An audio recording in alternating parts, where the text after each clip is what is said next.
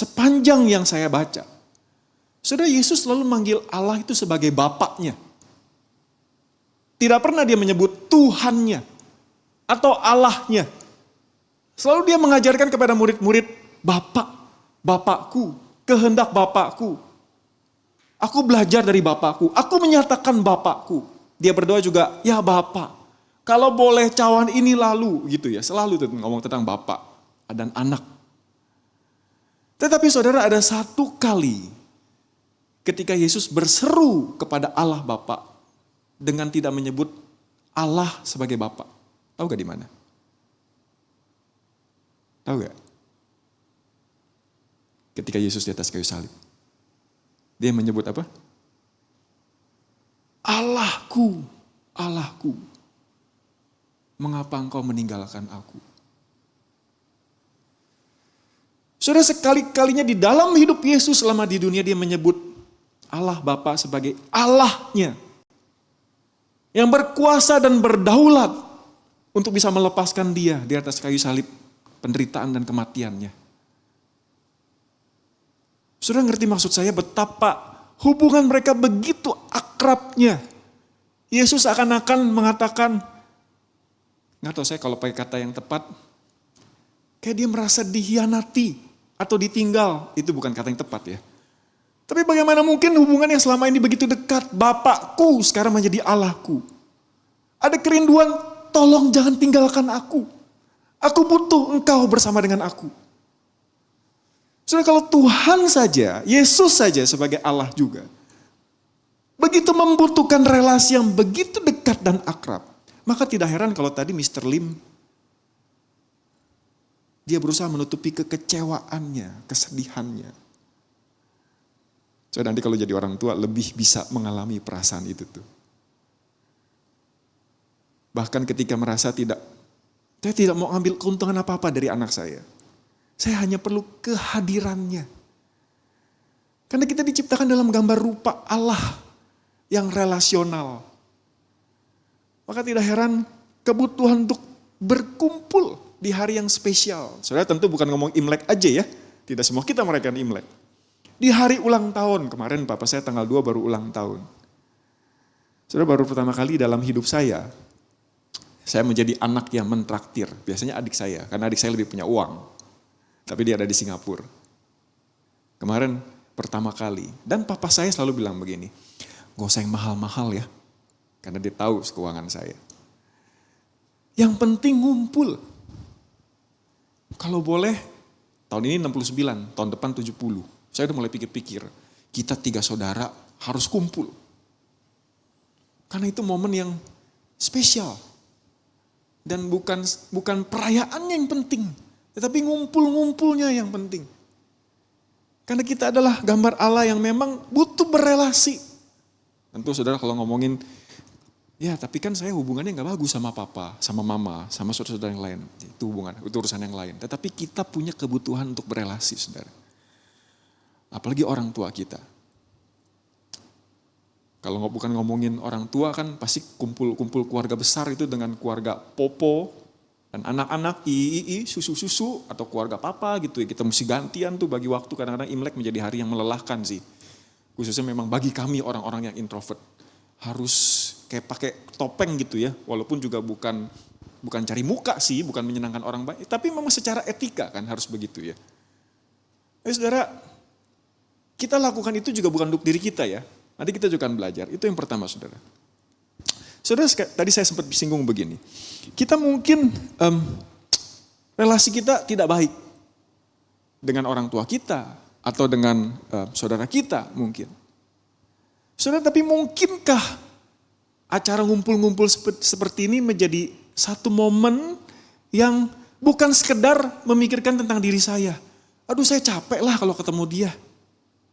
Tapi kita memikirkan kebaikan orang lain. Dan mungkinkah kita memaknai hari pertemuan itu sebagai hari yang memang Tuhan sudah desain. Walaupun tiap tahun secara rutin, tapi setiap tahun yang secara rutin itu kita juga gagal memaknai bahwa ini hari yang dijadikan Tuhan. Tadi kita nyanyi itu tuh ya. Hari ini, itu juga hari yang dijadikan Tuhan, Imlek. Di dalam desainnya, Tuhan menentukan warna kulit kita. sebagai orang Chinese. Dan lahir di dalam keluarga yang menuntut Imlek kita harus ngumpul ya. Sudah kita tidak menentukan itu tuh. Karena saya percaya di dalam kedaulatan Allah, kita yang tidak bisa memilih lahir di dalam keluarga seperti apa, sebagai suku apa, punya keluarga yang bagaimana, papa mama yang seperti apa, adik kakak yang seperti apa, kita nggak bisa milih. Tapi Tuhan menentukan dan mari kita maknai hari itu. Tadi saya suka sharingnya WL. Kesempatan untuk menjadi berkat. Jangan pikirkan tentang diri saya, diriku. Tapi mungkinkah ada sesuatu yang Tuhan mau tunjukkan?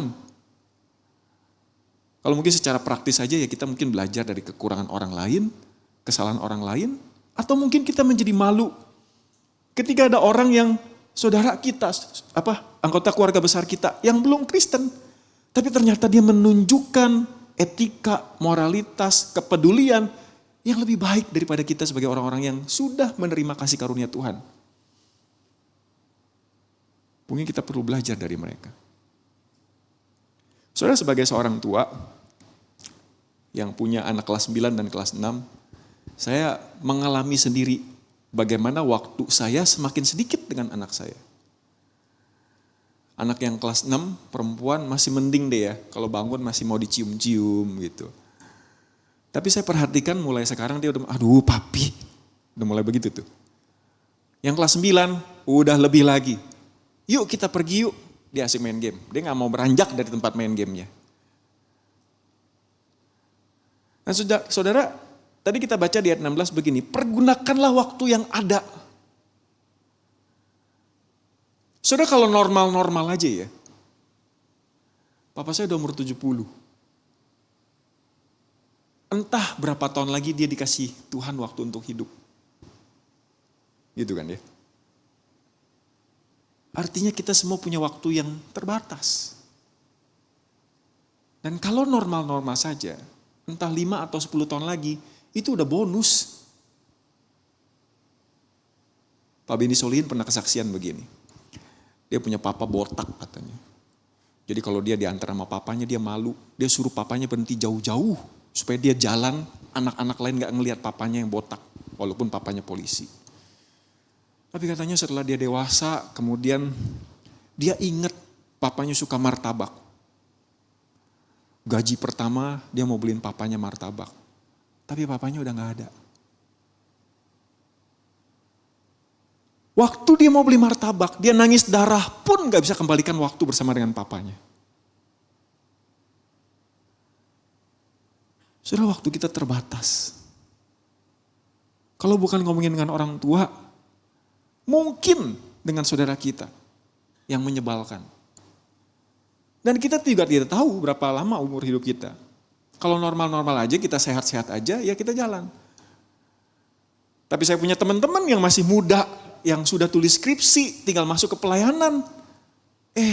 Dia kena kanker darah putih. Mati sebelum pelayanan. Ada saudara-saudara saya, sepupu saya, atau om saya yang umurnya baru 50. Tuhan izinkan kena kanker.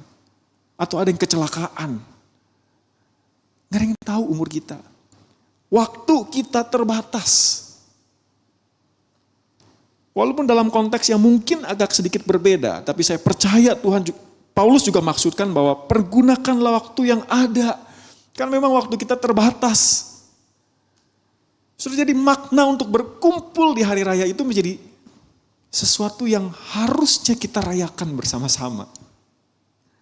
Karena waktu kita terbatas. Firman Tuhan yang mengatakan seperti itu, saudara. Saudara, berhadapan dengan orang yang sulit, dengan papa dan mama yang sulit.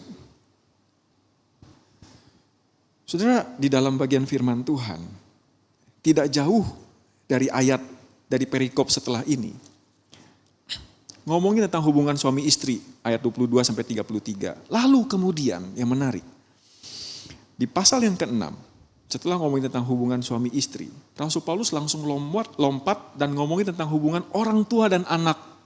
Saya bacakan ya. Taat dan kasih pasal 6. Hai anak-anak, taatilah orang tuamu di dalam Tuhan, karena demikianlah yang benar.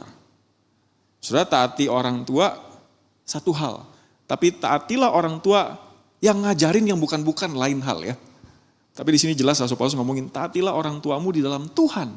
Ada syaratnya, taatilah orang tua di dalam Tuhan. Jadi kalau orang tua ngajarin ngerokok, minuman keras, lalu berbohong, mencuri, itu jelas jangan ditaati. Tapi yang menarik, ayat yang keduanya pasal 6 ngomong begini, hormatilah ayahmu dan ibumu. Ini adalah suatu perintah yang penting seperti yang nyata dari janji ini dikutip dari Keluaran 20, 10 hukum Allah.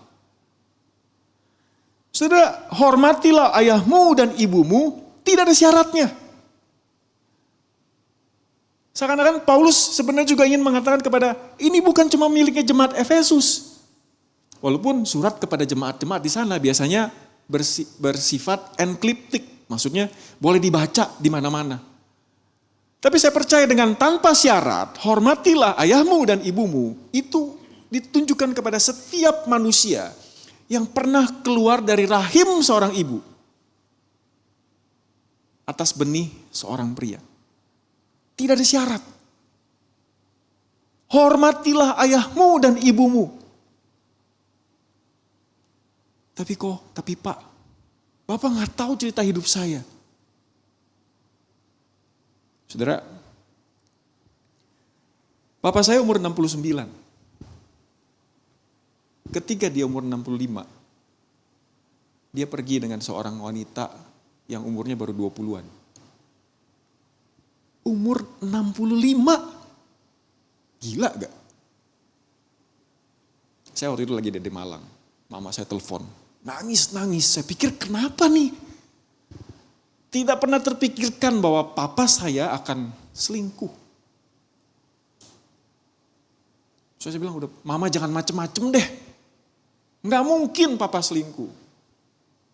Terus sudah, saya tetap di Malang, lalu kemudian pas libur kuliah, saya balik ke Jakarta.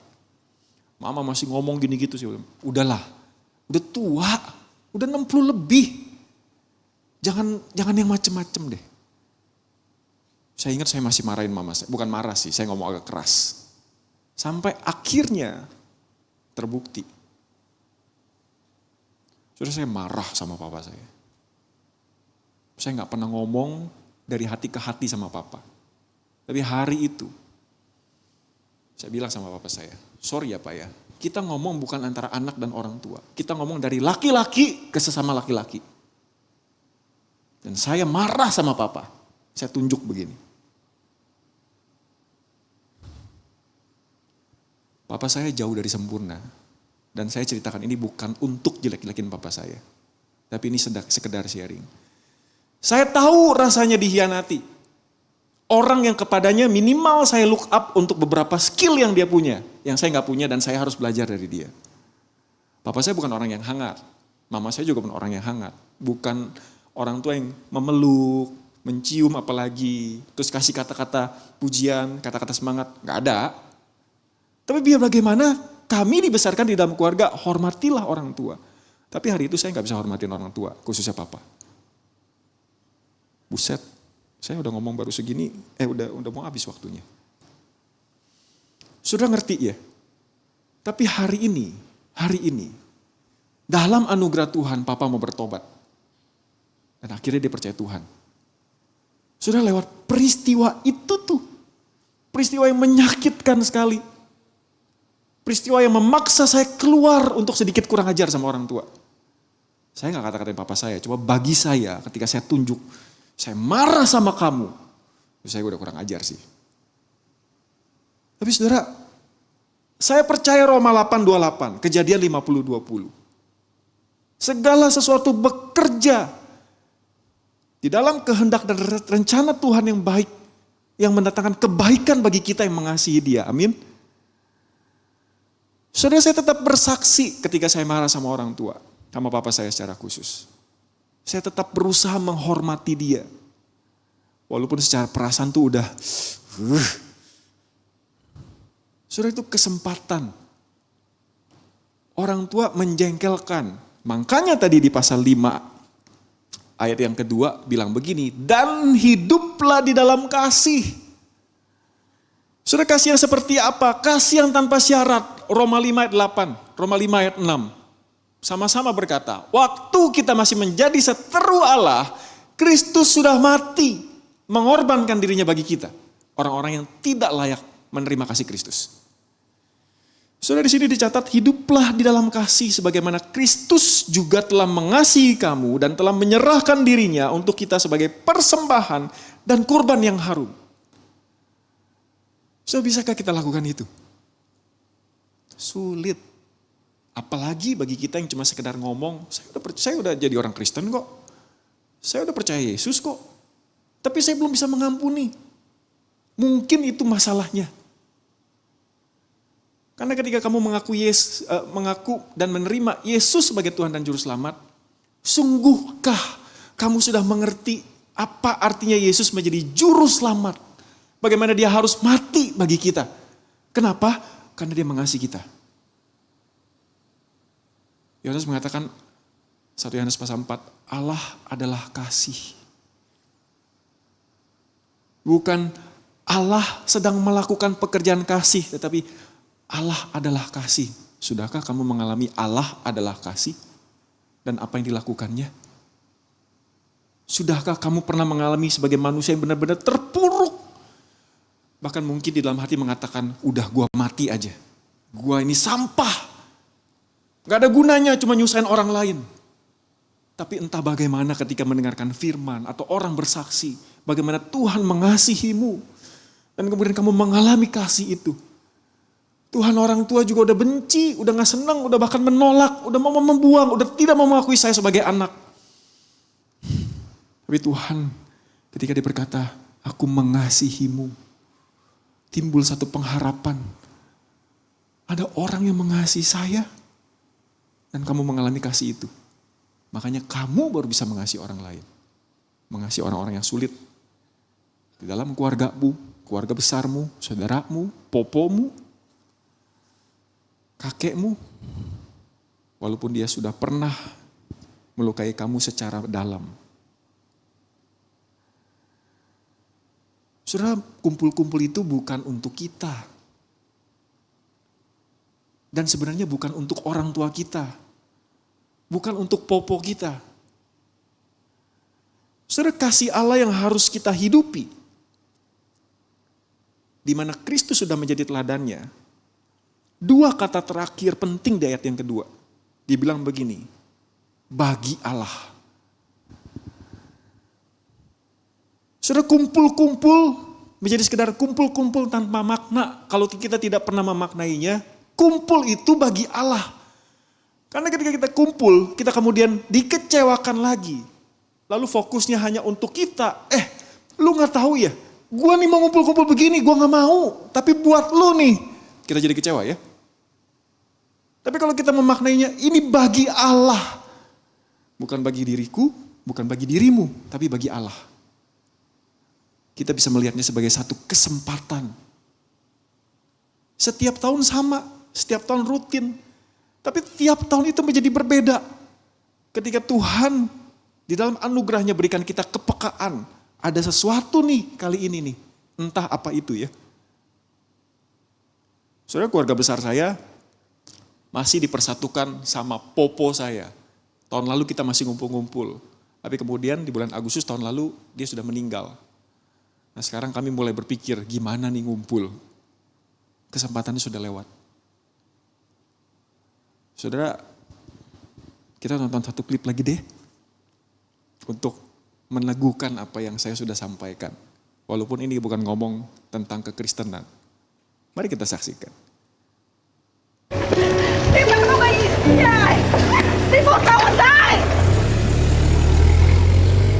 How easy it is for us to forget what it was like when we were once family.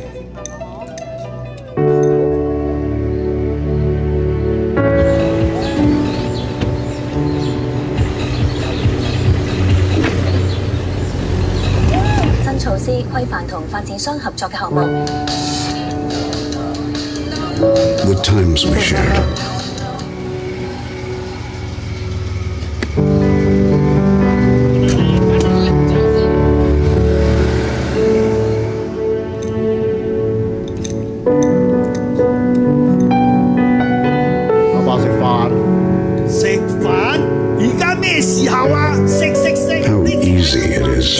to forget how to love.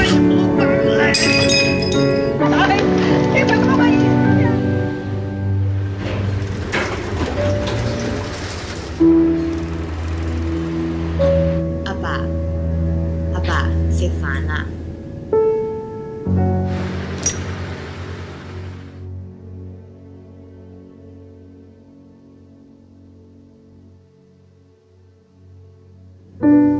Lê, 食飯。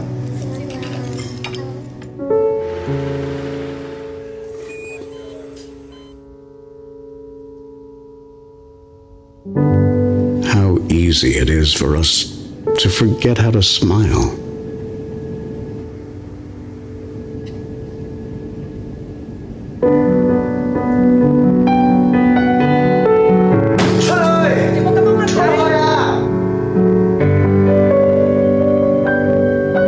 It's easy to forget. 爸爸，你做咩啊？爸？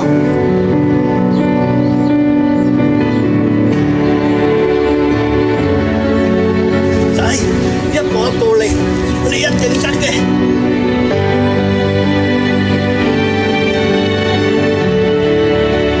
But it's even harder not to love.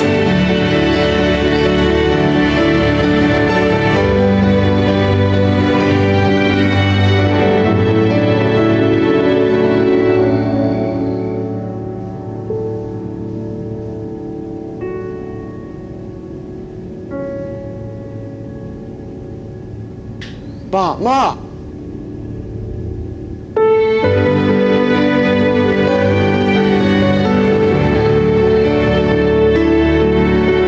Apa, Mama, 食飯。 仔，食飯。 Family. Sudah di klip yang pertama saya lupa puter.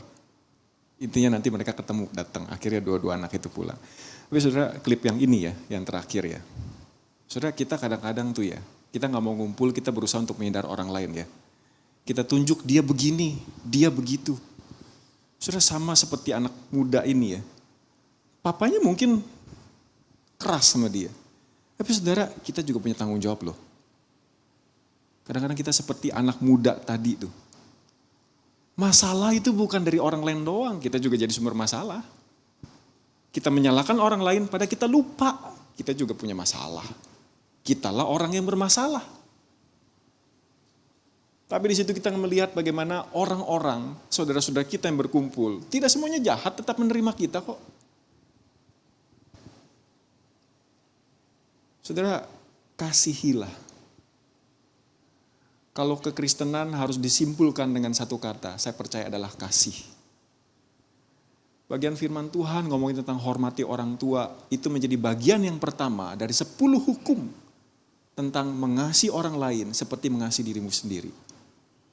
Dan kita tidak bisa mengasihi Tuhan kalau kita tidak mengasihi orang-orang yang kita bisa lihat. Karena Tuhan tidak bisa kita lihat. Omong kosong. Ngumpullah. Kasihlah orang-orang yang lemah itu sebagaimana mereka juga belajar mengasihi kita yang lemah. Saling mengasihilah kamu. Kalau orang lain di luar sana mau percaya Yesus, Yesus sendiri bilangin, saling mengasihilah kamu. Maka orang akan melihat kasih Allah dinyatakan. Bukan hanya kepada orang yang kepadanya kita suka mengasihi karena baik. Kepada orang-orang yang kita tidak suka dan tidak sesuai dengan selera kita. Mari kita berdoa. Bapa di surga, terima kasih kami boleh membaca dan merenungkan firman Tuhan. Menjelang hari raya Chinese New Year, atau mungkin juga hari-hari lain yang spesial.